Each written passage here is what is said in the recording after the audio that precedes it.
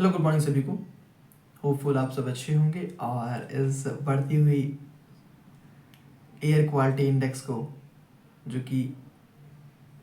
काफ़ी नुकसानदायक है, उसको आप महसूस कर पा रहे होंगे। और ये वीडियो पूरी तरीके से उसी पे है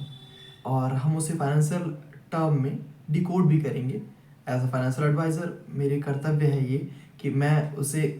जो फाइनेंशियल इम्पैक्ट है, जो इकोनॉमी पे इम्पैक्ट है, उनके बारे में चर्चा करूँ आप सबसे। तो नमस्कार, मेरा नाम आयुष वर्मा है और मैं इस वीडियो में बात करता हूँ कि कैसे ये चीज़ें हो रही हैं दिक्कत। सबसे पहले जो सबसे बड़ी चीज़ दिक्कत आएगी वो है हेल्थ केयर इंडस्ट्रीज़ पे, कि जो पहले से तमाम बीमारियाँ परेशानियाँ चल रही थी,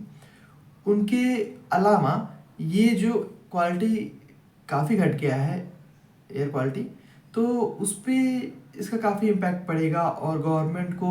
उसके रिगार्डिंग, जैसे पोल्यूशन से लोगों की सांस लेने में समस्या होती है और तमाम चीज़ें होती हैं, इंटरनल कोई ऑर्गन पे काफ़ी ज़्यादा कोई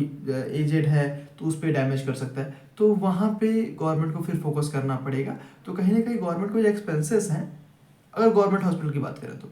तो उस वो एक्सपेंसेस वो इंफ्रास्ट्रक्चर पे ना लगा के या फिर किसी और चीज़ पे, डेवलपमेंट पे, रिकंस्ट्रक्शन पे ना लगा के उसको वहाँ लगाना होगा, जो कि कहीं ना कहीं हमारे लिए नुकसानदायक है।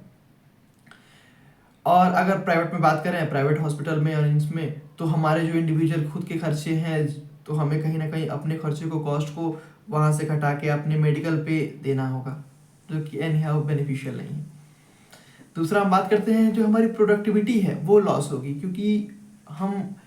अवॉइड करेंगे ज़्यादा बाहर जाना और अवॉइड करेंगे कि हम उस पोल्यूशन से बचें। तो बचने के लिए, और अगर इन केस जाते भी हैं, मान लीजिए, ठीक है, हम बाहर जाते हैं तो कहीं ना कहीं रेस्पिरेटरी सिस्टम में दिक्कत आता है, कुछ भी इस तरह के इशू होते हैं, तो हमारी जो प्रोडक्टिविटी है, जो हमारी क्षमता है कार्य करने की, वो उस पर इम्पैक्ट पड़ सकता है। तो दूसरा ये है, जिससे हमारा इकोनॉमिक लॉस हो सकता है, कंट्री का इकोनॉमिक लॉस हो सकता है। अगर चीज़ें ना हो प्रगति पे, चीज़ें ना हो उस टर्रे पे जैसे हो रही थी, तो ट्रांजेक्शन कम होंगे, चीज़ें कम होंगी, तो इकोनॉमी पे इम्पैक्ट पड़ेगा। जो उसके बाद जो सबसे मेजर इम्पैक्ट आता है वो है, मान लीजिए कि दिल्ली दिल्ली के बारे में आप सभी जानते हैं कि दिल्ली एक टूरिस्ट हब भी है। अपार्ट फ्रॉम खूबसूरत जगह, दिल्ली एक टूरिस्ट हब भी है। तमाम बड़े बड़े मंदिर, टूरिस्ट प्लेस हैं, हुमायूं टॉम्ब हो गया, अक्षरधाम हो गया, लाल किला हो गया, इस तरह के तमाम हैं, हौज खास पार्क हो गए, तो इस तरह की बहुत सारी चीज़ें हैं। तो इस पे इम्पैक्ट पड़ सकता है कि जो बाहर के लोग आ रहे हैं या फिर जो दिल्ली में खुद रह रहे हैं, वो अवॉइड करेंगे वहाँ जाना, क्योंकि एनी हाउ वो एयर जो हर जगह प्रेजेंट है वो मिलना है, और वो मिलेगा तो हो सकता है नुकसानदायक हो, तो इसलिए वो उसे अवॉइड करेंगे। तो ये सबसे ज़्यादा लॉस कर सकता है इकोनॉमी पे हमारी। और उसके बाद जो हमारा, अगर हम उन सबको बचाने के लिए इन्वायरमेंट पे हमारे क्लीन अप करते हैं, जैसे एयर जो अभी काम चल रहा है, वाटरिंग का, उसमें छिड़काव किया जा रहा है, तो वो सब खर्चे अलग हैं। अगर उन खर्चों की बात की जाए तो ये हमारे लिए एक्स्ट्रा कॉस्ट बियर करना होगा, गवर्नमेंट को करना होगा, हमें नहीं करना है। लेकिन हमारे लिए भी, अगर इंडिविजुअल हाउस होल्ड में रह रहे हैं आप, तो उसके लिए एयर प्योरीफायर और इस तरह की तमाम चीज़ें, तो ये कहीं ना कहीं हमारे जो normal day to day life के खर्चे हैं उनके अलावा है, तो ये एक्स्ट्रा बर्डन है। उसके बाद हम अगर मेजर नुकसान की बात करें, तो ये है कि प्रॉपर्टी का डिवोल्यूशन हो सकता है, डीवैल्यूएशन। इसका क्या सेंस है कि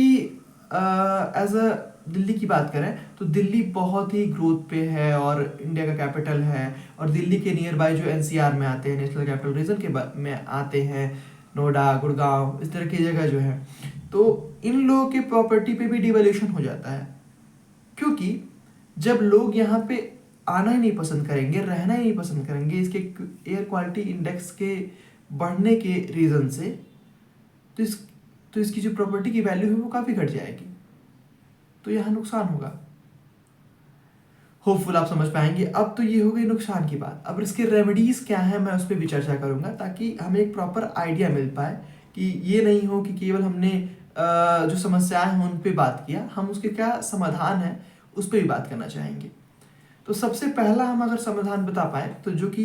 मैं बता रहा हूँ, जो ये पब्लिक अवेयरनेस है, जैसे कि मैं यूट्यूब के माध्यम से आप सभी को अवगत करा रहा हूँ, एक रिमाइंडर दे रहा हूँ, आप सब देख ही रहे होंगे, लेकिन फिर भी मैं आप सभी को एक यूट्यूब के माध्यम से, वीडियो के माध्यम से, आप जो भी कर रहे हैं, आप घर पे बैठे हो, संडे का दिन एंजॉय कर रहे हो, फिर भी मैं एक रिमाइंडर के तौर पे काम कर सकता हूँ। तो ये अवेयरनेस है, ताकि हम अगली बार जब भी मार्केट में जाएं तो मास्क लगा के जाएं, कम से कम बाहर जाएं। तो पब्लिक अवेयरनेस जो है ये ज़रूरी है, ये सबसे पहला रेमेडी है इसका। दूसरी रेमेडी ये है कि पब्लिक ट्रांसपोर्ट जो है उनका सबसे ज़्यादा यूज़ करना है आपको। अगर आप अपने गाड़ी से जाते हैं, अपने व्हीकल से जाते हैं, नॉर्मली जो कि सभी करते हैं, अच्छा भी लगता है, एक अच्छा वाइब देता है, लेकिन आपको उसे थोड़ा सा अवॉइड करना होगा इस पीरियड ऑफ टाइम में, क्योंकि यहाँ पे कुछ इशू है और इसे हम सभी को समझना होगा। तो सबसे ज़्यादा से ज़्यादा आप पब्लिक ट्रांसपोर्ट को यूज़ कीजिए, ताकि जो पोल्यूशन है वो कम हो, काफ़ी हद तक कम होगा उससे। उसके बाद मैं बात करूँ कि एयर क्वालिटी जो मॉनिटरी का, जैसे मॉनिटर करते हैं एयर क्वालिटी इंडेक्स को, वो रेगुलर बेसिस पे होना चाहिए और वो एग्जैक्ट होना चाहिए गवर्नमेंट के द्वारा, कि सभी उससे एग्जैक्ट डाटा जो भी है वो पता कर पाए। होता क्या है कि जब रियल डाटा पता चलता है तो आप उससे ज़्यादा सचेत होते हैं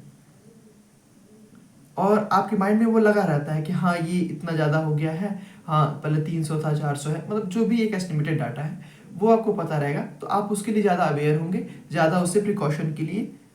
ध्यान देंगे। तो सबसे बड़ी चीज़ ये है। और उसके बाद एक सबसे बड़ी रेमेडीज ये है कि आप मास्क लगा के ज़रूर जाए, क्योंकि कहीं ना कहीं मास्क से हल्का प्रिवेंशन तो होगा ही, और वो चीज़ बहुत ज़रूरी है अगर आप बाहर जाते हैं तो। वैसे तो मैं कहूँगा कि बाहर ना जाएं, आप ज़्यादा से ज़्यादा अवॉइड करें बाहर जाना, अगर पॉसिबल है तो। नहीं है तो नो इशू, आप मास्क लगाइए, प्रॉपर आप यूज़ कीजिए, उसके बाद आप जाइए फिर आइए, ऐसे कीजिए, जो कि एक बेहतर विकल्प होगा। उसके बाद जो रिन्यूएबल एनर्जीज हैं के सोर्सेस हैं या फिर व्हीकल हैं, तो उनको इस्तेमाल करेंगे आप, ठीक है, तो ज़्यादा बेनिफिट होगा। और ज़्यादा जो एनर्जी के